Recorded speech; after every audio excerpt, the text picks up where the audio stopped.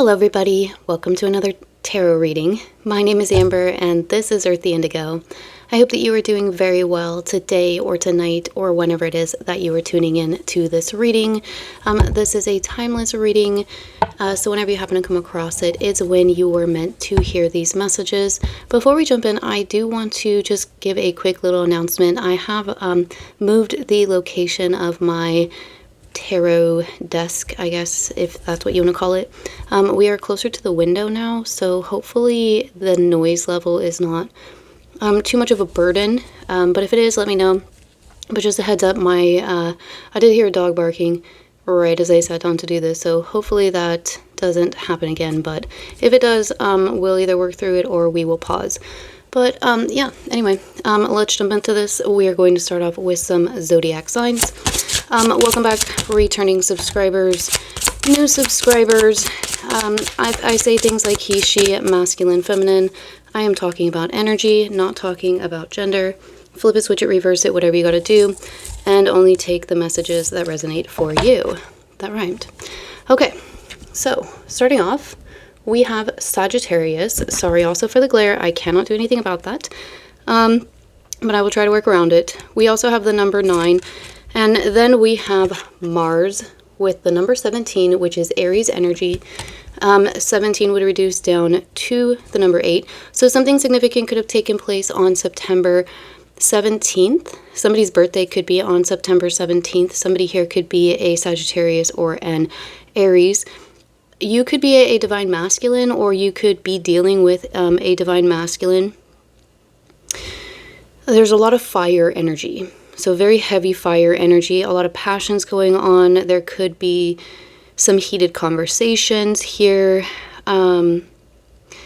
Sagittarius can be very philosophical, especially since they are represented by the centaur. The centaur, however, like, even though centaurs can be, if you know the mythology of them, they are very philosophical. If you are familiar with Harry Potter and the centaurs in Harry Potter, there you go. But let's also remember that the centaurs are not afraid of battle. And they're teamed up here with Mars, who is the god of war. Okay, well, this is very interesting energy starting off. So let's get into the tarot. I have the Green Witch's Tarot today. I don't have a clarifying deck, but if we need one, I will get that. So what are we talking about today?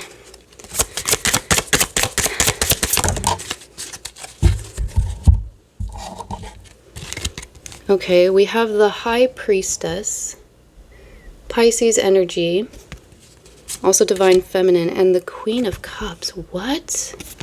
Okay, interesting.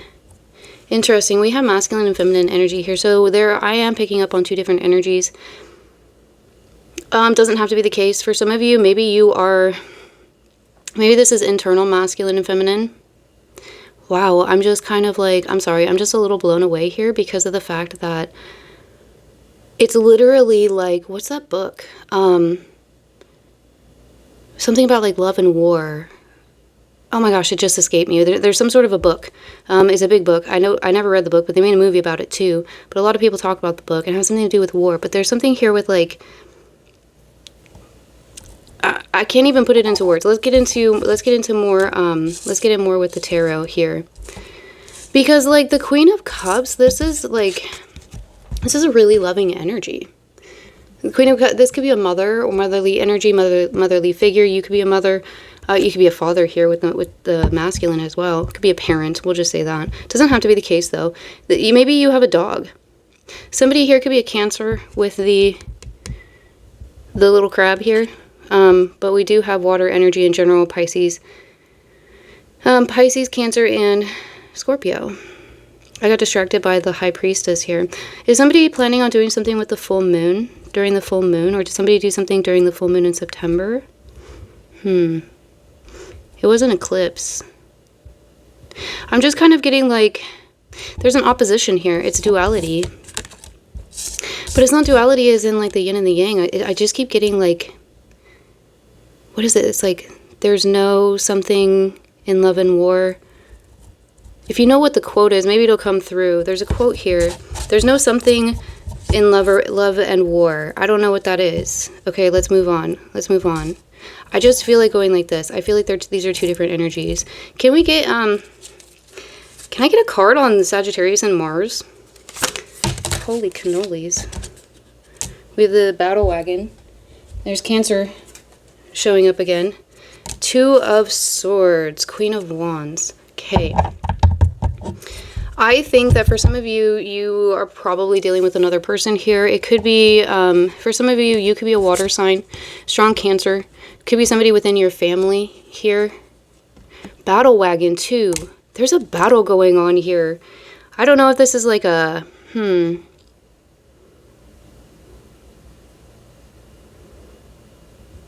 it's like a negotiation, because with the Two of Swords here, these two people are negotiating. They each think that like this person thinks that their scythe is the best way to cut this wheat or whatever it is, and this person thinks that these two swords is the best way to do it. But there's also this like abandoned scythe over here. I don't really know what that's doing there. And then we have a hawk. So somebody might be getting messages here, maybe messages of like negotiation, of an offer, maybe something coming in quickly. I feel like this is heated though. I feel like it's really heated. I feel like there's a feminine energy and a masculine energy. Apply that how that resonates for you. It doesn't have to be the case because we did get the Queen of Wands. So there could be two feminines, but it's just energy. The fire energy is very in the masculine. This Queen of Wands, this Queen of Cups over here, she could be older. They could be older. They're very wise here too. Maybe this person does tarot. Or they're just very intuitive. It's kind of almost like they sort of like see something that the other one's not seeing. I feel like there's more though. What is this discussion about? What is going on between these two individuals? The High Priest, what, and the Witch, what? Ten of Pentacles, Ace of Pentacles. Okay, hold up. We just got, I think this just turned into a, I'm sorry, I'm laughing because I wasn't expecting that and it's been kind of a while. I think this just turned into a divine partner reading, y'all. I think this is a third party. This fire energy over here, male or female, masculine, feminine, this is the third party. There's fighting over a, yeah, because we have the High Priest and the Witch. Okay, so the High Priest is the Hierophant, okay? This is why for me, the Hierophant can represent the Divine Masculine, because like I say, in some decks, it is the High Priest. And look at this, we have the High Priest and we have the High Priestess, okay? Ooh, there's the yin and the yang I was talking about. Night and day. So there could be something here to do with like, okay, hold on, I'm going to talk about this masculine, feminine energy here, because I don't think that it's this fire energy. This is a third party. I'm going to talk here about this divine couple we got going on here, because that's what it is. Whether you're in union or not, doesn't really matter. That's what's going on here. There could be something here to do with like, I don't know, maybe like somebody works during the day, somebody works at night. There's like some sort of like an opposition here, but I kind of feel like it's almost like two people doing the same thing at the same time in different locations without knowing the other person is doing it. Does that make sense? I'm getting the Dark Crystal. It was a Jim Henson movie. Something about the Gelflings. Interesting. Somebody could be a Jim Henson fan. I like that movie. And then we have the Witch. Okay, so the Witch is the magician in most decks. Okay, in this deck, it is a feminine energy, but in most decks, it is a masculine energy, and the magician usually represents the divine masculine. Then we have the Queen of Cups as well. This right here is somebody who, have both of these, have this, okay, hold on, wait, I can't even make words right now, sorry, give me a second. Let my mouth catch up to the messages coming through. I think it's possible that this divine partner, these divine partners here, the masculine and the feminine in this situation, have both come into individual union within themselves at the same time, with the Witch coming here, because the Witch is usually shown as a masculine energy in most decks, but in this one it's shown as a feminine, and we all do have that masculine and feminine within us, which is the yin and the yang. Wow, this is beautiful. So these are two individuals here. This is a divine masculine and a divine feminine that have come into internal divine union at the same time. There's mirroring going on here. So is this a third party trying to pick a fight with the feminine? What does it have to do with the masculine? So there's negotiations going on here with this third party masculine energy, this fiery masculine energy, and this feminine. We're going to go to the feminine real quick. The High Priestess. We'll get back to this masculine and see what's up with him. So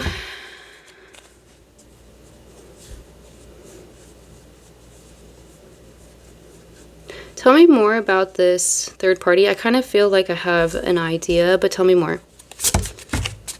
If we could keep it on the table, though, that would be lovely. Hold on. Yeah, the Six of Pentacles. So, I don't know who this fiery third party is to you. I don't know if you, the viewer, resonate with being the feminine or the masculine in this situation. So I don't know, I guess I'll say I don't know who this third party is to this feminine. Because I do feel like it's this feminine third party. I do feel like the divine feminine is the one dealing with this third party. Or maybe this was past energy, I'm not really sure. There was something imbalanced within the... I don't even feel like that's right. I feel like this third party energy wanted to make this feminine imbalanced. They were trying to, I don't know, maybe make them not have money or take something from them.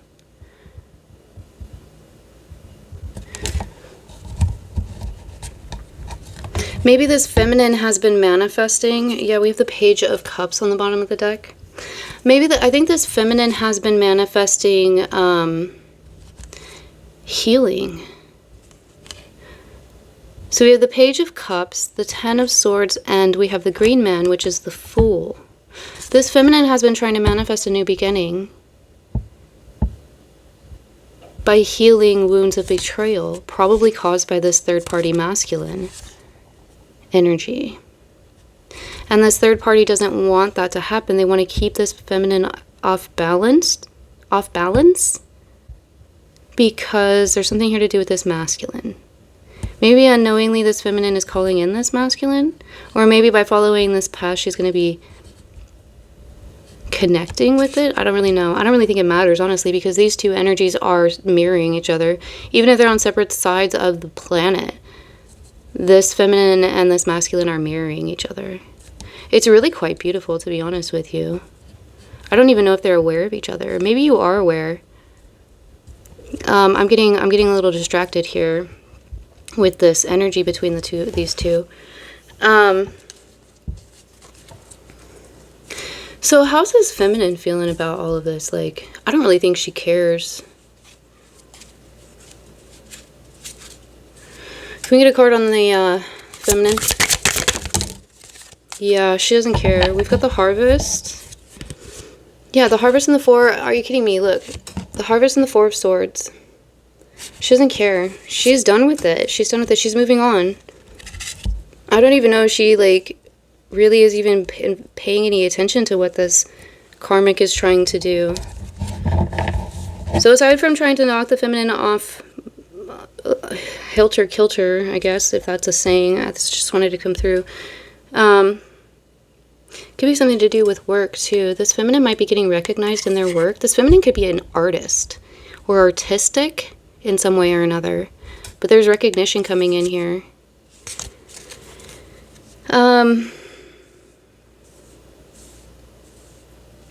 So, like,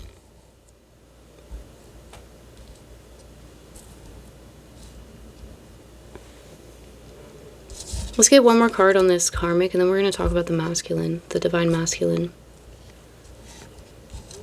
I just want to know, like, why is the Karmic even showing up? Because the feminine's not even, they don't even care, and I don't even think this masculine knows. The masculine literally has his back to the Karmic. And if you look at the, so does the witch. So I think both the feminine and the masculine are done with whatever the situation is, but this third party is still clinging on for some reason. Still trying to, like, barter or negotiate? Trying to get something? What? What are they trying to get?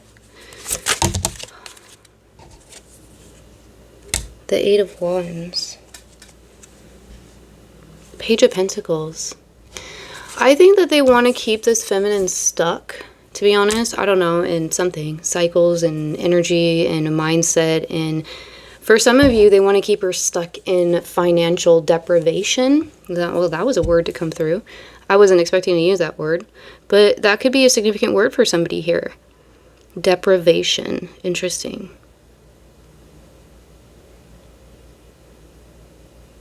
Because see, the thing too about this Eight of Wands though, because, oh, that's interesting. I read this as being the Eight of Swords.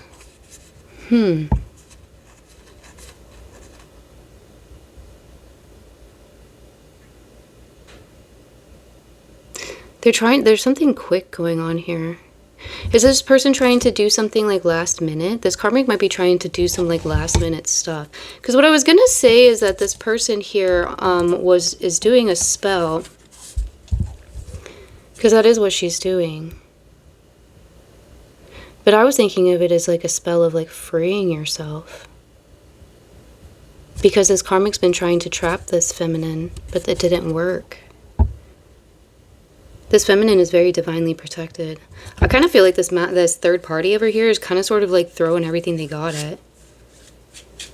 They are very, very, very angry at the feminine. Very, very angry at the feminine. Why? Why are they so angry at the feminine?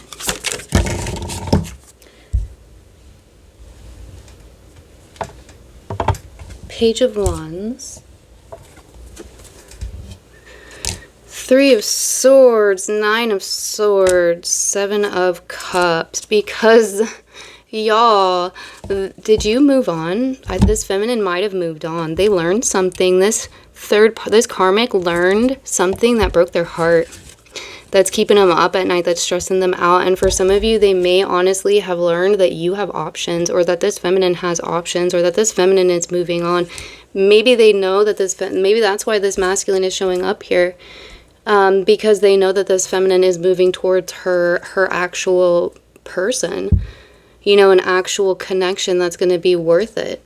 I think that for most of you, this third party here is, I think that this is an ex, whatever that might be for you.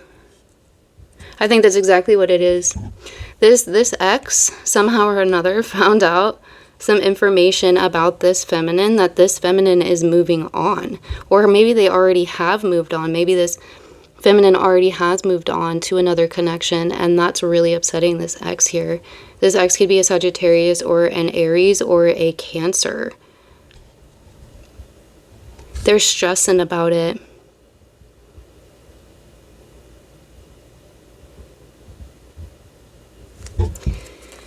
Wow.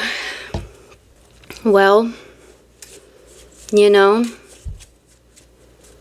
it is what it is, right? Whoever this feminine is, you know, what I think that whether that's you or somebody that you're here getting, you know, a reading on, this feminine here had to heal through a lot of betrayal and heartache that was caused by this third party masculine. Pardon me, throat chakra clearing. You know, speaking some truths. Maybe that's what this feminine's been doing, is speaking her truths.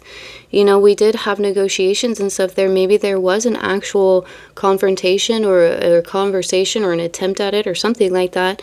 And this, you know, this, whatever this karmic was, you know, it didn't work. It didn't knock her off, you know, her off of balance. Some of you could go like running or jogging. I'm just kind of getting like, maybe somebody here goes to the gym and like specifically does like a treadmill or like I don't even know. I don't go to the gym. Something that involves running or walking. Could be horses too. Somebody here could have horses or go horseback riding. Somebody could live next to the ocean as well. It's interesting too that on both Or maybe that's I guess that's a forest. I thought those were waves in the back behind the High Priestess, but I think it's actually a forest. I was going to say it's interesting that both of these cards here for the feminine show up with water. Because I do think that this feminine here is very emotionally mature. And I do also think that they've had to learn to fill their own cup. You know? Very, very interesting. All right, well, do we have a card? Let's get a card for this Divine Masculine who showed up here. Whoa. Look at you guys. 9 of Cups. Wish fulfillment, baby. Seriously, look at that. Ace of Swords. Yep. A new beginning. For some of you, there could be some sort of like a clarity or an aha moment, or it's kind of like, I don't know, like maybe this is like a love at first sight situation or something like that. But literally, like Ace of Swords. I mean, the Ace of Cups would be like, you know, super nice too, but there could be some conflict here with the Five of Swords on the bottom. There could be conflict probably from this third party. This masculine could have a third party too. Probably the case, especially if this is a divine partner situation. But I mean, come on now, the 9 of Cups. It's wish fulfillment, you know. And this third party knows. They know that this feminine is done. They are done and they have moved on. Okay, let's get some signs from the stars. We may get some additional information here. Maybe we can see, you know, let's just see what comes out. There are things like zodiac signs and, well, features and things like that. I feel like that one wants to come out. Let me grab the ones that are on the ground. Oh, we have a tarot card on the ground. Hold on. What is this? It's the 6 of Cups. Wow. For some of you guys, maybe you already do know who this person is. Maybe you do know who your divine counterpart is. Could be somebody from your past, somebody from your childhood. For others of you, it could be a past life connection. Look, there's Aries. Told you, Aries. Let me gather all these, or gather my senses. Is that from like a movie or something like that? I'm getting Jim Henson again. Somebody here could really be a Jim Henson fan. I'm getting the Labyrinth now, and then again Dark Crystal. Okay, so it's specifically a scene. It's like that one where they like first go, if you've seen the movie, where the two gelflings, the boy and the girl, they're on those like weird, I don't even know what they are, like sloths on stilts kind of a thing, and they're like running and they're at the castle and they're in that like ditch thing. That's the scene that I'm getting. So something about like sneaking into the castle. Interesting. Very interesting. Okay, I'm gonna stop there. Maybe I might go watch that movie. I liked that movie a lot. I was a weird kid. I liked those weird, creepy movies that terrified all of my cousins. Okay, so Aries. Somebody could be an Aries faux show. Definitely feeling that. 777. Could be a significant angel number for somebody here. July could be significant for someone as well, especially with Cancer coming out here. Somebody could be a Cancer, a July Cancer. Praying Mantis could be a sign. September. Yeah, if you're watching this at the time of upload, it is September. October is in a couple of days, but it is still September. But I do think that something significant happened between this masculine, this karmic masculine, and this divine feminine. Either in the month of September or it came to like fruition, or like a head, I guess. I don't know, like I just keep hearing like a heated debate. So whatever that might be in September. We have green eyes. Somebody could have green eyes. I heard green-eyed with envy. So I think that this masculine, this karmic masculine here, is jealous of this divine masculine, even though I don't really even think that for some of you they know who they are. They just know that this feminine has moved on and is moving on and will meet somebody who is more her match. You know, who's not going to be a karmic Nightmare. Light hair. Somebody here could have light hair. Butterfly. See, I have a little butterfly. It's actually a seashell. I found it down by the seashore. Is there a difference between an ocean and a sea? That might be a really stupid question, but is there really such a thing as a stupid question? I don't know. But anyway, it's a seashell. I don't know. Maybe I can show you guys. And I saw it. Can you see? I saw it on the beach just like that. And I picked it up and I very, very carefully saved it and brought it home and managed to keep it in one beautiful piece like that. So I took it as being a sign because I haven't been to the ocean in years, and I went over the summer. And butterflies, if you know me and you follow me, you know that butterflies are my sign. So I took that as a sign. It was the same day that I had that bald eagle experience. If you watched that video, if you didn't, I don't remember which video it was, but yeah, I'm not gonna get into that in this one. We have Pluto. And I don't care what anybody says. When I was younger, we were taught that Pluto was a planet, and just because Pluto is little, I don't think that's fair that Pluto should not be considered a planet. Pluto is also a really cute dog from Disney. And Pluto rules Scorpio, which is the planet of the planet. It's the sign of rebirth. Is Pluto the planet of rebirth? I know that Pluto was like a Greek god. He was like the Greek equivalent of Hades. Interesting. 222. Lots of angel numbers today. Triple numbers as well. New moon. Something significant could have taken place during the new moon, which was last week, if you are watching this at the time of upload. And I believe that the new moon was a solar eclipse. We have July. I told you guys something about July. Something significant about July. Again, somebody here could be a Cancer. July Cancer. We have January. Something significant could have taken place in a past January for some, but I'm kind of getting at this as being like future, just because of like where we are right now on the wheel of the year. At the time of me uploading this, we are closer to January being in front of us, having that be more significant. I don't know if I said that correctly, but I hope that made sense. But anyway, that's kind of what I'm taking from this. So I'm taking this as being like the January that's coming up. For some of you, maybe this was past January whenever you're reading this, but also we have Capricorn and Aquarius energy with January. My cards are kind of at an angle. Maybe that's just me. I don't know. We have winter. Yeah, I was really kind of getting that. So I think, and I guess that would make sense because, you know, I guess we did just move into autumn, but it is getting colder. Winter is coming, you know, to quote a particular show. But I was feeling that with Pluto. And then we did get January as well. So there could be something about the winter season here. Bear. Somebody could have a nickname named Bear. Wow. Whoa. I'm so sorry. I just could not.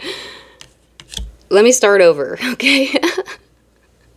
I just kind of repeated words there for a second. Somebody's nickname could be Bear. Somebody may be feeling like they want to hibernate for the winter. Bear winter, you know, hibernation, right? I don't know. Maybe somebody could really like honey. Maybe you're drinking tea right now and there's honey in it. Okay. Let's move on. And we're going to get an angel number or two for you. I'm really, like, not surprised at all that 333 came out. I'm not surprised that 222 came out either. We're, like, a lot of angel numbers. So for someone here, you could really be seeing a lot of angel numbers, particularly, that was hard to say, in sets of threes. Maybe you're even seeing mirror numbers, like 1221. For some of you, maybe, like, 1222.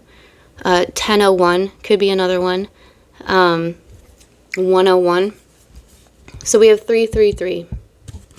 Support. Growth, creativity, joy, community, vision, and talents. Seeing the angel number 333 is a sign that it's time to focus inward, work on your skills, discover your talents, and use your imagination. Unleash your inner artist. Doing so will boost your self-esteem and sense of competence. It does wonders for your sense of purpose and contributes to your community.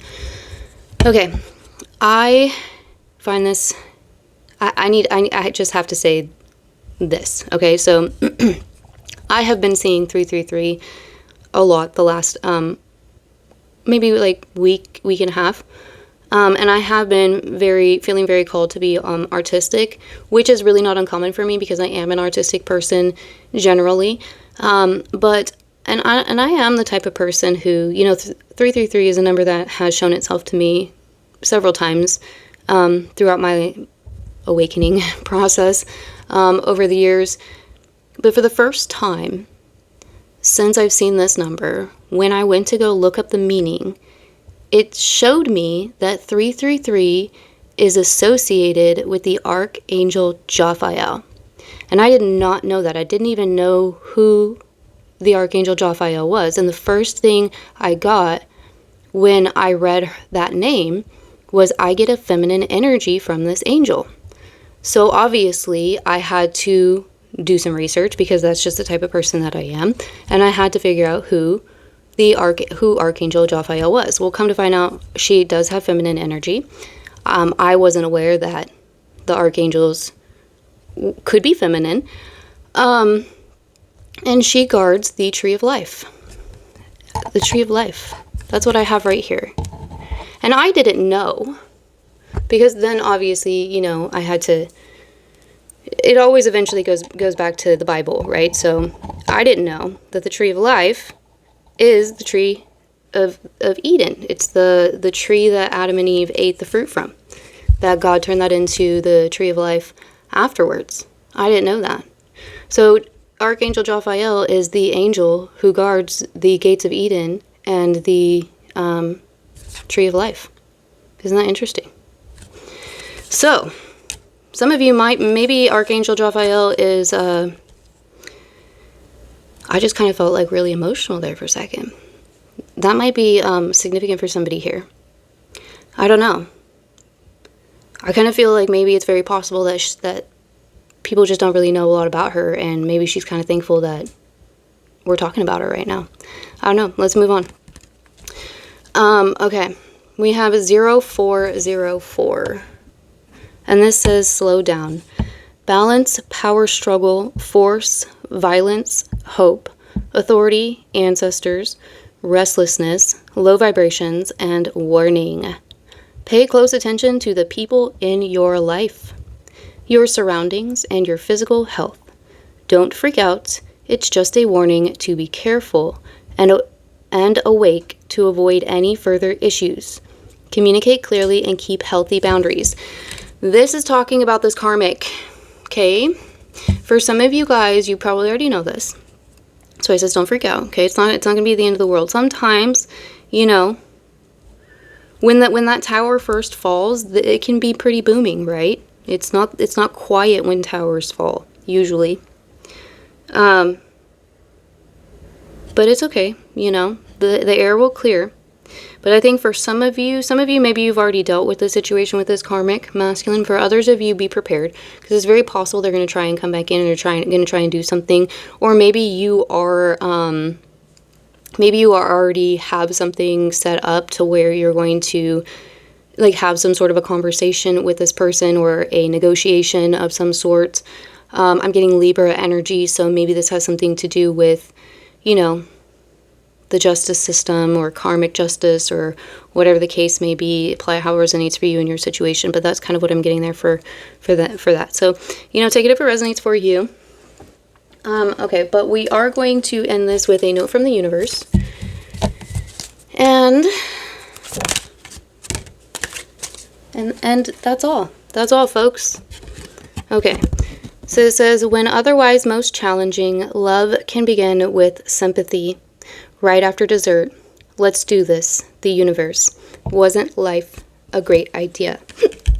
Excuse me. So there's some heart chakra clearing right there. Now I feel like this is a reminder for those of you who are dealing with this karmic BS right now, okay? This is a reminder, and I'm saying this because this was a reminder that was also given to me not that long ago, because I too am a part of this collective, and I too deal with my own stuff, right? So I took this message to mean that at the end of the day, we are all just people, right? Even those who are what I would consider to be a-holes. They're still people, right? And they still have feelings, and they still go through life, and they still have to pay bills and, you know, buy groceries and wait in traffic and do all of the same things that everybody else does, right? And even though there's stuff between the two of you, and even though, and I'm not saying that what they did was right or what you did was right, I'm not taking any sides here, I'm not getting into that. I'm just saying from an outside point of view, if you look at them, both of you, like people, if you look at your enemies like people, you can understand, maybe not understand where they're coming from, but understand that everybody's dealing with their own shit, right? And you can have a little bit of sympathy for that. You can have a little bit of empathy for that. You know, like, it really doesn't hurt to walk a mile in your enemy's shoes. It really doesn't. The worst that's going to happen is you won't learn anything. The best that's going to happen is you'll learn something. Maybe you'll learn that they need bigger shoes, or their shoes, you know, are really comfy, or they walk a lot, or they don't walk enough. I don't really even know. This is all just metaphorical, but do you know what I mean? You know? Just kind of a reminder. That's what I took from this card, because I got this specific card too. So that's my message, and you can take it how you want it, obviously. Take all the messages how you want, take what resonates for you, but that is all that I have. If you enjoyed it, please let me know by giving a like, subscribe if you want to see more of my readings. Drop a comment if you want to say hello. I think that's all I have to say, you guys. I will see you in the next one. Thank you very much. Bye-bye.